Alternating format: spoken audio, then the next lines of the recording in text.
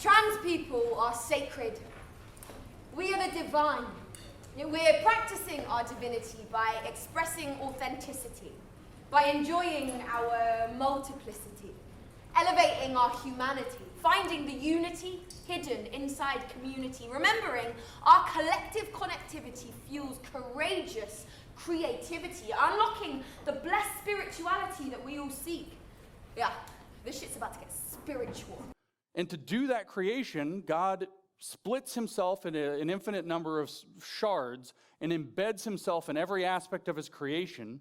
And the purpose among one of his creatures, which is a thinking creature, is to figure out how to find the divine within the mundane. What divine aspects are within this desk, within this computer, within this bottle of water, within man, within the trees, within the forest, within the universe itself. And to, by understanding the spark of the divine within every aspect of the mundane, literally free that shard of the divine from the mundane prison that it's in, so that they can gather back together and eventually all gather back together, at which point the divine will realize that it was the thing it created all along, and so that it is a holy, perfect creator, divine spirit that understands and has created everything in the world.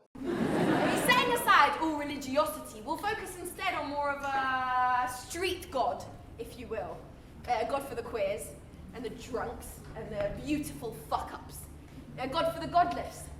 A god for you, if you want, today. Because today is a celebration. It's a holy communion for saints and sinners and everyone in between. We offer you restitution. And we offer you revolution. And we offer you love. Queer theory did was it looked at the idea that some stuff is normal. That men and women are men and women. That's normal. And it says, well, that constrains the subjectivity of people who don't feel like that works for them, the abnormal, the queer.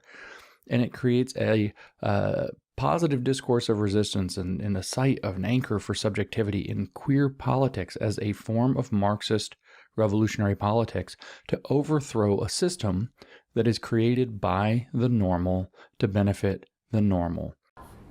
Now I'm here to share my story, to receive God, and to offer you love. And yeah, I'm fucking frightened. I mean, I'm 17, but I have a job to do that's bigger than me. See, I was born into a world on fire, a world at war. The men have been fighting for 80 years or more. I mean, 80 years and still nowhere near peace. An insignificant life was my destiny. Small, quiet, nobody from nowhere. A poor farm girl with nothing but a list of duties and expectations. Work hard, marry a man, bear children, die quietly. I always suspected secretly that I might be destined for more, but I hardly dared hope. So when you hear them talk about liberation, what are they wanting to be liberated from? When I say that the answer is reality itself, I actually mean it. They say it's liberation from all oppression, but reality oppresses you. Your twig and berries are a problem. The physical limitations of your body are a problem in queer theory. The idea that anything is considered normal is a problem in queer theory. Reality itself is a limitation on your subjective range. Because remember, Marx's theory of how humans work is that they can envision what they want in their imagination and then create it in the world. Anything that limits that, normally it's social constructs. Oh, society says you have to be this way. Society says you have to eat. Society says you have to work. Society says you have to do this. Society says you have to dress that way. Society says that you can't loaf around in no clothes with boils all over your body because you've rejected bathing, as Karl Marx did, and bum money off of your mom constantly for the rest of your life if you want to be a productive member of society. So you have to do stuff you don't want to do. That's imprisonment. It limits the range of what you could possibly imagine being or doing. But it turns out reality itself, through the sovereignty of logos, also limits the subjective range of what's acceptable and possible. So if your body becomes a limitation to what you can envision yourself to be, you have to transform your body. Transition it from one state to another. Never actually being what you've transformed it into, but becoming, in a perpetual state of becoming that which you're transitioning into. I told you, everything that seems super weird, like 12-year-olds wanting to cut off their genitals, makes sense when you understand it in terms of a Marxist theology. And then suddenly, a miracle occurred. A moment of unexpected divinity, of love, of like sudden alignment with creativity herself. And I'm blessed with a calling and with a purpose far greater than my mind can hold alone. I mean, clarity and confidence like I've never known. God lit a fire in my belly and I'm burning. I'm burning. I am burning with possibilities. Like I have a vision of infinite grace, of limitless expansion, of delicious, fluid freedom, of love, pure, deep love. And I pray that we all have the courage to be open to the infinite, because none of us fit these man-made boxes. No, none of us fit them at all. Man, Marx noted, recognizes himself as an incomplete being who is in the process of becoming his completed self. Just like for Hegel, God is an incomplete deity who is in the process of becoming his completed self. So the man that arrives at the end of history, when he actualizes his full true nature, is God. But the joke is, man is already that, but he can't realize it about himself until we get to the end of history and the contradictions are resolved. Because in between, man is dominating other men, and there are social constructions created by that limit his ability to perceive himself as he truly is, as a creator. In fact, as his own creator, not individually, but also socially. Man as the absolute man, which Marx called social man or socialist man, arrives at the end of history. That stands in parallel to Hegel's absolute idea, from which the whole of reality is supposed to establish itself in its perfected form. This is the heart of the theology of Marxism. Man is his own creator, and when he realizes his creative potential, seizes the means of production of himself, and arrives over the long process of creation and recreation, which you might hear reimagine and recreate a lot in their language, when you arrive at the end of that process, we have finally reached God in man. Not any given man, all of man, but there's no distinction because individual man and social man are the same man, an individual made to live in society. I mean, it's an honor to be a human. It's a really beautiful thing. So yeah, I'm frightened, but really I'm honored to be here. I honor all who came before, all who made it possible for me to be here. So for them, and for me, and for you, I'll be brave. Because my story's been told 1,000 different times, 1,000 different ways by everyone but me. I mean, men have told my story, of course. They've grabbed the pen and made it their own, as men are wont to do. You see, men write stories about men, for other men.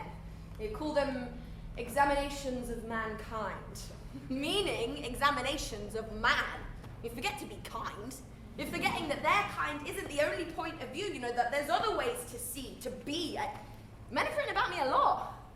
Yeah, most of the words they chose was wrong. I mean, it's embarrassing, really, how much they've all missed the point. The erasure is pure violence, of course, but also, honestly, it's fucking embarrassing. Because the truth is, queerness is magic, like pure magic. Queerness became almost untethered from homosexual sex practices, and instead, queerness became defined as resistance to regimes of the normal, Ward said. And instead, following Gail Rubin's Complications of Sex and Sexuality, her thinking sex, within less than a decade, queerness became defined not in terms of homosexual sex practices. Queerness became defined as resistance to regimes of the normal. We did not exaggerate in cynical theories. I have not exaggerated in any podcast that I've given. Queer theory means, in her own words, became defined as a Marxist theory of resistance to regimes of the normal. Regimes set up by the idea of normalcy itself, constituted as a special form of property that some people have access to, other people are excluded from, and therefore you have a site of oppression that requires a consciousness-raising theory that will create an awakened proletariat, if you will, a queer proletariat that will try to overthrow the existing regime, which is the regime of the normal. It is a war on the normal. I mean, we are beautiful and powerful, and for that we are killed. I mean, the violence is real. We all know how my story ends.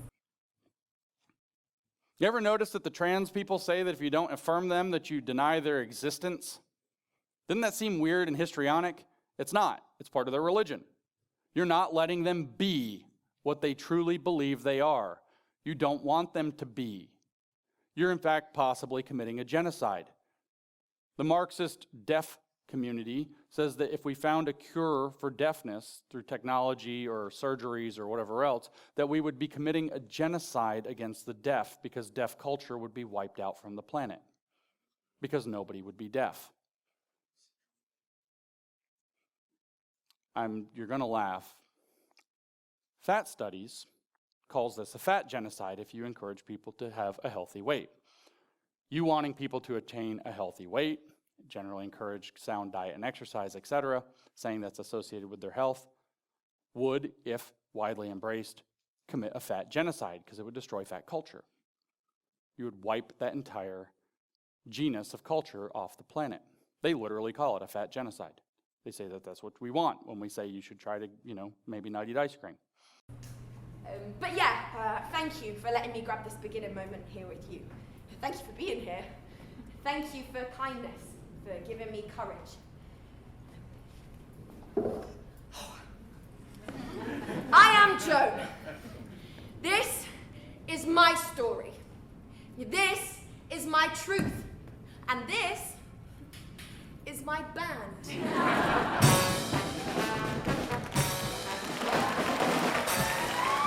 So what is postmodernity? It's what my friend said. I don't even know how to tell what's true anymore.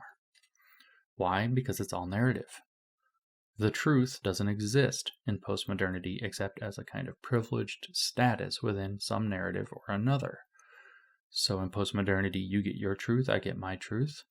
The postmodernists get their post-truth. The president can have his alternative facts, and before long, nobody even knows how to tell what's true anymore.